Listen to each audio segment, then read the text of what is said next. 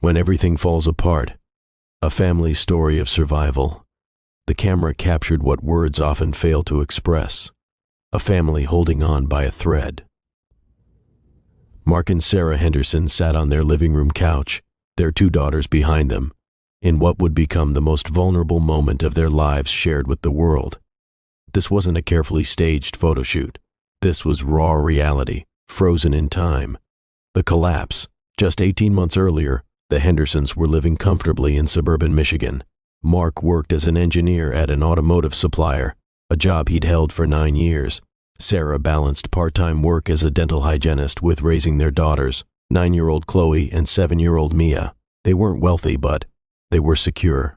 They had a modest home, reliable cars, and enough left over for family vacations and the girls' activities. Then the dominoes started falling. It began with Mark's back injury, a herniated disc that progressively worsened until he could barely stand for more than 20 minutes. Surgery was recommended, but the recovery time was 6 months. Mark took medical leave, expecting to return to work once he healed. He never got that chance. While Mark was recovering, his company lost their major contract. Layoffs swept through the organization like wildfire. Mark received the news while still in physical therapy. His position had been eliminated. After 9 years of dedication, he was out. The timing couldn't have been worse. Mark was still recovering, unable to take on physical work. Sarah increased her hours, but her part-time income couldn't cover their mortgage, car payments, insurance, and mounting medical bills. Their savings evaporated within 3 months. The downward spiral Sarah watched their life unravel with horrifying speed. First, they missed a mortgage payment, then another. Credit card minimums became impossible to meet. The car was repossessed on a Tuesday morning while Chloe and Mia watched from the living room window, confused and frightened. "Where's Daddy's car going?" Mia asked, her small voice trembling. Sarah didn't know how to explain that they couldn't afford to keep it anymore. How do you tell a 7-year-old that everything they've known as stable is crumbling? Mark spiraled into depression. The physical pain from his injury was manageable compared to the emotional agony of watching his family suffer because he couldn't provide. He applied for jobs obsessively, but the market was saturated with experienced engineers, many younger and willing to work for less. The rejection emails became a daily torture. Sarah tried to hold everything together, but the weight was crushing. She worked longer hours, took on extra shifts, and spent her nights calculating numbers that never added up to anything hopeful. She stopped sleeping well. She stopped eating regularly. Her smile, once so easy, became something she had to consciously construct for her daughter's sake. The girls noticed everything. Chloe, perceptive and sensitive, started having nightmares. Mia became clingy and anxious, crying at drop-offs and struggling in school. The stress in their home was palpable, hanging in the air like smoke. Rock bottom. The foreclosure notice arrived 6 months after Mark lost his job. They had 60 days to leave their home, the place where both girls had taken their first steps, where birthday parties and Christmas mornings had created a tapestry of happy memories. Sarah found Mark in the garage, sitting in the dark, the notice crumpled in his hand.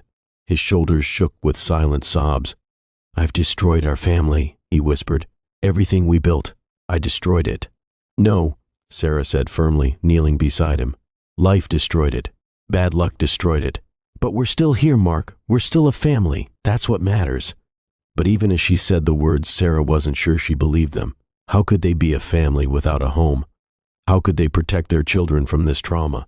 How could they survive? They swallowed their pride and asked for help.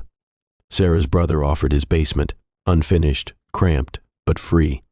They moved in with 3 suitcases of belongings, most of their possessions sold or stored.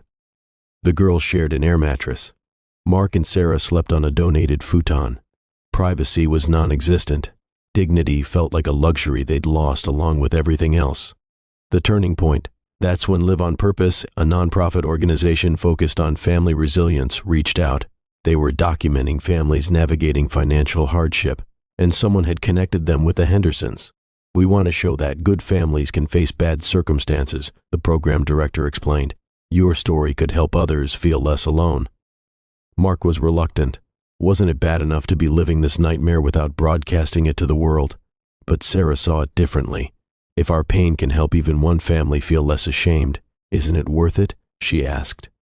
So they agreed to the photo and interview. The day of the shoot, they borrowed Sarah's brother's couch, trying to create a sense of normalcy. Mark wore a button-down shirt. Sarah put on makeup for the first time in weeks. They wanted to look put together, even though they felt shattered. But the photographer asked them to just be real. Don't perform, she said gently, just be. So they sat together, exhausted, worried, but still united. Chloe and Mia positioned themselves behind their parents, instinctively seeking the comfort of closeness. The camera captured the weariness in Mark's eyes, the determined set of Sarah's jaw, the innocence of children affected by circumstances beyond their understanding. The tips that saved them. In the interview, the Hendersons shared the hard-won wisdom from their darkest period. Communicate honestly. We started telling each other the truth about how scared we were, Sarah explained. That vulnerability brought us closer instead of driving us apart. Ask for help early. We waited. Too long, Mark admitted. By the time we asked for help, we were in crisis. Don't let pride delay reaching out to family, friends, or community resources. Focus on controllables. I couldn't control the job market or our financial situation, Mark said.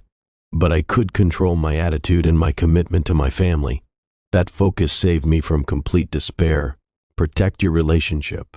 In crisis, it's easy to become roommates managing problems instead of partners supporting each other, Sarah noted. We had to intentionally connect, even when we were exhausted. Be age-appropriately honest with kids. Our girls knew something was wrong, Sarah said.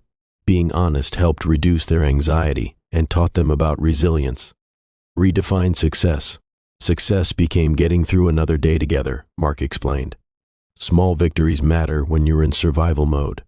Find purpose in pain. We chose to let this experience teach us rather than destroy us, Sarah said. That choice made all the difference. The response. When their story went public, the response overwhelmed them. Thousands of people shared similar experiences: job loss, medical crisis, foreclosure.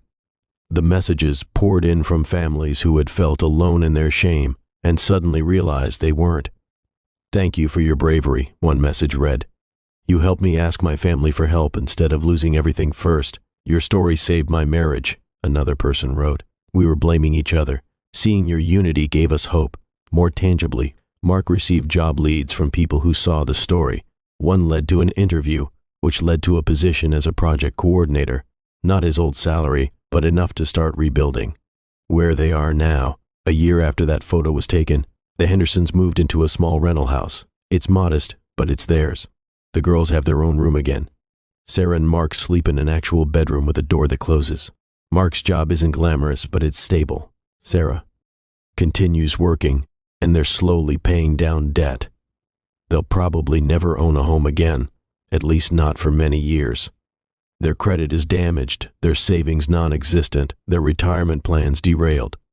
But they're together, they're surviving, and slowly, carefully, they're beginning to believe in the possibility of thriving again.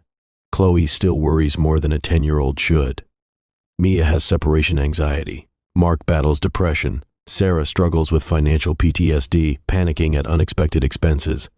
Recovery isn't linear or complete. The scars remain, but so does the love. So does the resilience. So does the family that refused to break, even when everything else did. The message: if the Hendersons could speak to families in crisis today, they would say this: you are not alone.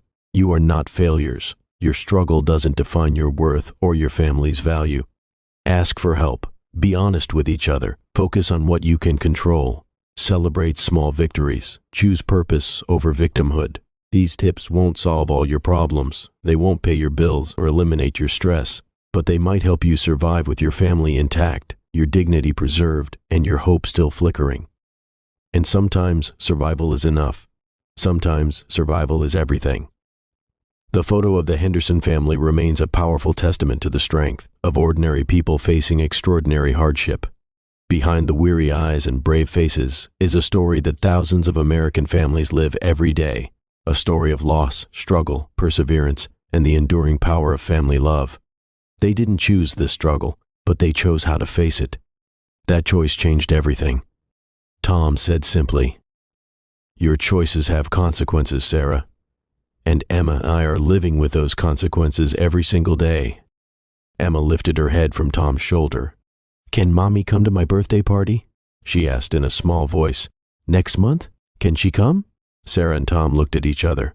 In that moment, beyond the pain and anger and confusion, there was something else, a shared love for their daughter, a shared responsibility, a shared history that couldn't be erased no matter how broken things were.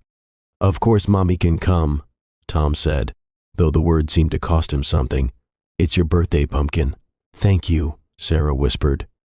She stood there for another moment, memorizing the scene, her daughter in her father's arms, the house that had been her home, the life she had chosen to leave. She knew there would be people who wouldn't understand, who would judge her, who would say she was selfish and wrong.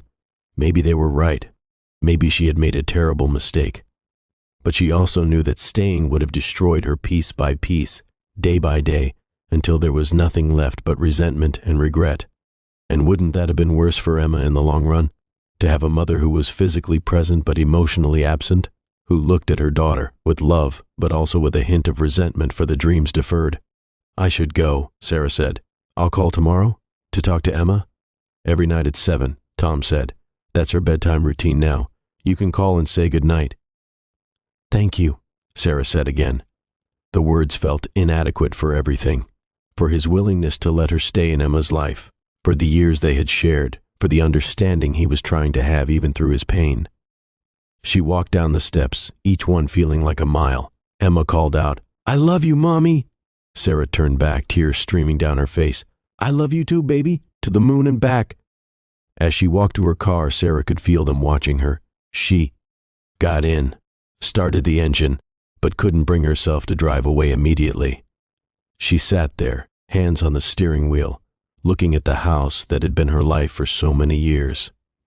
Her phone buzzed. A text from her therapist. "Remember, choosing yourself isn't selfish. It's necessary. Be gentle with yourself." Sarah wiped her eyes and pulled away from the curb. In her rearview mirror, she could still see Tom and Emma standing in the doorway, framed by the yellow door in the autumn light. The image grew smaller as she drove, but she knew it would stay with her forever. A reminder of the cost of her choices, but also of why she had made them. The road ahead was uncertain. There would be legal proceedings, difficult conversations, judgmental stares from neighbors who thought they understood. There would be nights when she questioned everything, when the loneliness of her apartment felt crushing, when she wondered if she had made the biggest mistake of her life. But there would also be mornings when she woke up and remembered what it felt like to breathe freely. There would be pages filled with words she had been afraid to write. There would be a chance to show Emma what it meant to be true to yourself, even when it was hard, even when it hurt. Sarah drove through the suburban streets as darkness fell, the streetlights flickering on one by one. Somewhere ahead was her apartment, her new life, her second chance at figuring out who Sarah really was beneath all the roles she had played. And somewhere behind her, in that house with the yellow door, were the two people she loved most in the world, learning to live without her daily presence. It wasn't a happy ending. Maybe there would never be a happy ending to this story. But it was real, and it was hers, and for the first time in years, Sarah felt like she was living her own life rather than performing someone else's. The distance between them now was measured in more than just miles. It was measured in choices made and hearts broken, in dreams pursued and families fractured. But perhaps in time, that distance would become something different. Not a chasm, but a space. Room for each of them to grow and heal and maybe, eventually, find a new way to be a family. As Sarah pulled into her apartment complex, she allowed herself one last look back toward the direction she had come from. Then she turned off the engine, gathered her courage, and stepped out into her new life, carrying the weight of her choices and the hope that somehow, eventually, they would all find their way to okay. The autumn wind carried the last leaves from the trees, and somewhere in the distance, a child's laughter rang out. Not Emma's, but it reminded Sarah of all the moments she had missed and all the moments still to come. This was the cost of becoming yourself. This was the price of breathing free. And as she unlocked her apartment door and stepped inside, Sarah understood with crystal clarity that there were no villains in this story, no easy answers, no simple resolutions. just people trying their best, making impossible choices, and hoping that love, in whatever form it took now, would be enough to carry them through.